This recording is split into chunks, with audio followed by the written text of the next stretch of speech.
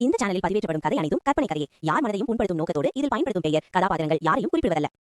ஒரு சொரு கேட்டா ஷாக் ஆயிடுவீங்க.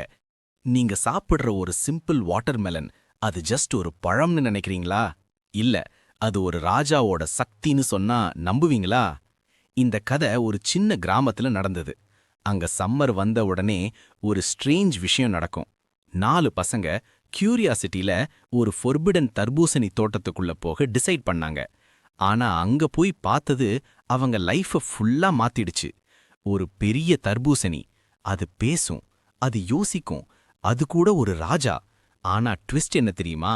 அந்த ராஜா எல்லாருக்கும் ஹெல்ப் பண்ணுவான், ஆனா ஒரு தப்பு பண்ணனா விட மாட்டான். இன்னைக்கு நீங்க சாப்பிடுற தர்பூசணி கூட அதுல அந்த ராஜா இருக்கலாம். இப்ப சொல்லுங்க, நீங்க இந்த கதைய ஃபுல்லா கேட்க ரெடியா? Welcome to story time YouTube channel. கோடைகாலம் வந்தாலே அந்த கிராமம் முழுவதும் ஒரு விதமான உயிர் வந்துவிடும். வெயில் கடுமையாக இருந்தாலும் மரங்களின் நிழல், காற்றின் வாசனை, பிள்ளைகளின் சிரிப்பு, அவை எல்லாம் சேர்ந்து அந்த இடத்தை ஒரு சிறிய ஸ்வர்க்கமாக மாற்றிவிடும். அந்த கிராமத்தில் எல்லாருக்கும் மிகவும் பிடித்த இடம் ஒன்று இருந்தது. அது கிராமத்தின் எல்லையில் இருந்த ஒரு பெரிய தோட்டம். அந்த தோட்டத்தில் பலவிதமான பழங்கள் இருந்தாலும் எல்லாரின் மனதையும் கவர்ந்த ஒன்று மட்டும் இருந்தது: தர்பூசணி.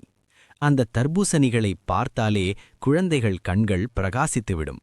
பச்சை நிறத்தின் மேல் கருப்பு கோடுகள், உள்ளே செந்நிறம், தண்ணீர் நிறைந்த இனிப்பு சதை.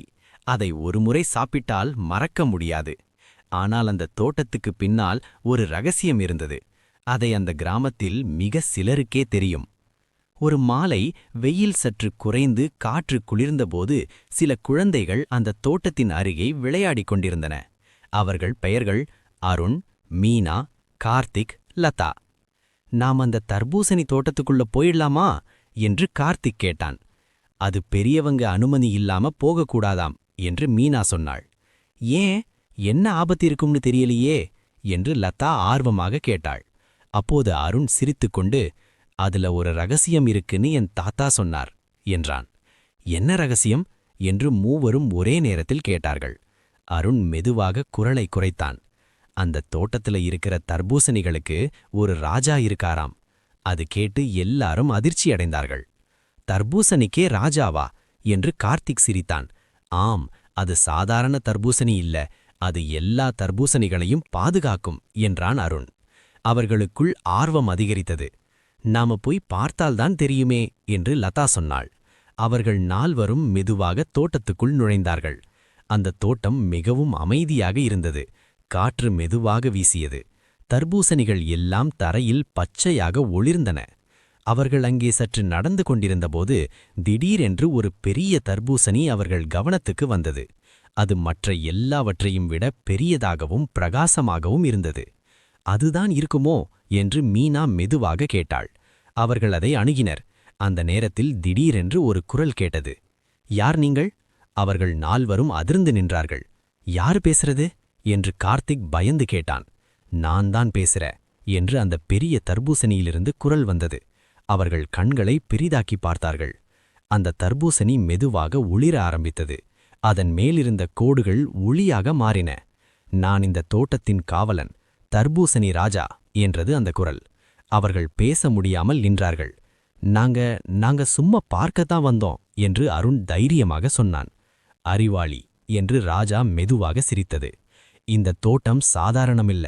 இங்க உள்ள ஒவ்வொரு தர்பூசணியும் ஒரு உயிர். அவை வெயிலில் காய்ந்த மனிதர்களுக்கு குளிர்ச்சி தரும் சக்தியுடையவை. அப்படின்னா நீங்கெல்லாம் மந்திரமா என்று லதா கேட்டாள். மந்திரமில்லை, இயற்கையின் அருள் என்றது ராஜா. அவர்கள் மெதுவாக அந்த தர்பூசணியைச் சுற்றி அமர்ந்தார்கள். நாங்க உங்க நண்பர்களாயிருக்கலாமா என்று மீனா கேட்டாள். நீங்கள் நல்ல மனசு கொண்டவர்கள், நீங்கள் இந்த ரகசியத்தை காக்கணும் என்றது ராஜா. நாங்கள் காப்போம் என்று நால்வரும் ஒரே குரலில் சொன்னார்கள். அந்த நாள் முதல் அவர்கள் அந்த தோட்டத்துக்கு அடிக்கடி வந்தார்கள். ஆனால் யாருக்கும் சொல்லவில்லை. தர்பூசணி ராஜா அவர்களுக்கு பல கதைகள் சொன்னார். ஒரு காலத்தில் இந்த கிராமம் மிகவும் வறட்சியால் பாதிக்கப்பட்டது. தண்ணீர் இல்லை, பயிர்கள் இல்லை. அப்போது ஒரு வயதான விவசாயி இந்த நிலத்தில் விதை போட்டார். அவர் தினமும் அந்த விதையை பார்த்து பேசுவார். நீ வளர்ந்து இந்த கிராமத்தை காப்பாற்ற வேண்டும் என்று சொல்வார். அவரின் நம்பிக்கைதான் என்னை உருவாக்கியது. அப்ப நீங்க அந்த விவசாயி ஆசையா என்று அருண் கேட்டான். ஆம் என்றது ராஜா. அதனால்தான் நீங்கள் மனிதர்களுக்கு உதவுகிறீர்கள். காலம் கடந்தது. ஒரு நாள் அந்த கிராமத்துக்கு ஒரு வியாபாரி வந்தான். அவன் அந்த தோட்டத்தை பார்த்ததும் பேராசை பிடித்தது. இத்தனை பெரிய தர்பூசணிகள், இதையெல்லாம் நான் விற்றா கோடீஸ்வரன் ஆகிடுவேன் என்று அவன் நினைத்தான். அவன் இரவில் தோட்டத்துக்குள் நுழைந்தான். அந்த நேரத்தில் குழந்தைகள் அங்கேயே இருந்தனர். யாரோ வர்றாங்க என்று கார்த்திக் மெதுவாக சொன்னான். அவர்கள் மரத்தின் பின்னால் மறைந்தார்கள். வியாபாரி ஒரு பெரிய தர்பூசணியை எடுத்தான். அந்த நேரத்தில் தர்பூசணி ஒளிர ஆரம்பித்தது. நிறுத்து என்றது ராஜா. வியாபாரி பயந்து கீழே விழுந்தான். இது உனக்கான இடமில்லை என்றது ராஜா. நான் பணம் சம்பாதிக்க வந்தேன் என்றான் அவன் நடுங்கிக் கொண்டு. பேராசை மனிதனை அழிக்கும் என்றது ராஜா. அவன் அழ ஆரம்பித்தான். எனக்கு குடும்பம் இருக்கு, நான் தவறு செய்துவிட்டேன் என்றான். அப்போது அருண் முன் வந்தான். அவரை மன்னிச்சிடுங்க என்றான் அருண். மீனா, லதா, கார்த்திக் எல்லாரும் தலையசைத்தார்கள். ராஜா சில நொடிகள் அமைதியாக இருந்தது. சரி, நான் உன்னை மன்னிக்கிறேன், ஆனால் நீ இந்த தோட்டத்தை காப்பாற்றணும் என்றது ராஜா. வியாபாரி தலை வணங்கினான். அந்த நாள் முதல் அவன் அந்த தோட்டத்தை பாதுகாக்க ஆரம்பித்தான். கிராம மக்கள் அந்த தோட்டத்தின் பயன்களை அனுபவித்தார்கள். வெயிலில் சோர்ந்தவர்கள் அந்த தர்பூசணியை சாப்பிட்டால் உடனே புத்துணர்ச்சி அடைவார்கள். குழந்தைகள் வளர்ந்தார்கள். ஆனால் அவர்கள் அந்த ரகசியத்தை மறக்கவில்லை. ஒரு நாள் அருண் ராஜாவிடம் கேட்டான், நீங்க எப்போதும் இங்கதான் இருப்பீங்களா? ராஜா மெதுவாக சிரித்தது. நான் ஒரு உருவம் மட்டும். உண்மையான சக்தி உங்கள் உள்ளத்தில்தான் இருக்கிறது. நீங்கள் நல்ல மனசு கொண்டவர்களாயிருந்தால் எங்கும் நான் இருப்பேன். அந்த வார்த்தைகள் அவர்களின் மனதில் பதிந்தது. காலம் கடந்து அவர்கள் பெரியவர்களானார்கள். அவர்கள் தங்கள் குழந்தைகளுக்கு அந்த கதையை சொல்ல ஆரம்பித்தார்கள். கோடைகாலம் வந்தாலே ஒரு ராஜா உயிர் பிடிக்கிறான் என்று அவர்கள் ஆரம்பிப்பார்கள். குழந்தைகள் ஆச்சரியமாக கேட்பார்கள், அவர் யார் என்று. அவர்கள் சிரித்துக்கொண்டு சொல்வார்கள், அது தர்பூசணி ராஜா. அந்த கதை ஒரு தலைமுறையிலிருந்து மற்ற தலைமுறைக்குச் சென்றது. அந்த தோட்டம் இன்னும் இருக்கிறது. அந்த தர்பூசணிகள் இன்னும் வளர்கின்றன. காற்று வீசும்போது சில நேரங்களில் ஒரு மென்மையான குரல் கேட்கும், நல்ல மனசு கொண்டவர்களை நான் எப்போதும் காப்பாற்றுவேன் என்று. அதை கேட்கும் குழந்தைகள் சிரித்துக்கொண்டு ஓடிப்போகும். ஆனால் சிலர் மட்டும் நின்று கேட்பார்கள். அவர்கள்தான் அந்த ரகசியத்தை புரிந்து கொள்வார்கள்.